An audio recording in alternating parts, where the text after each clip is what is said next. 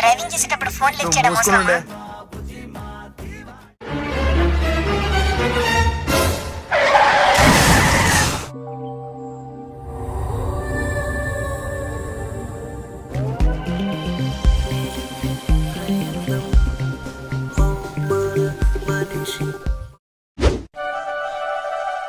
రే లేరా రే, వినిపిస్తుందా? ఎలా ఉంది ఇప్పుడు?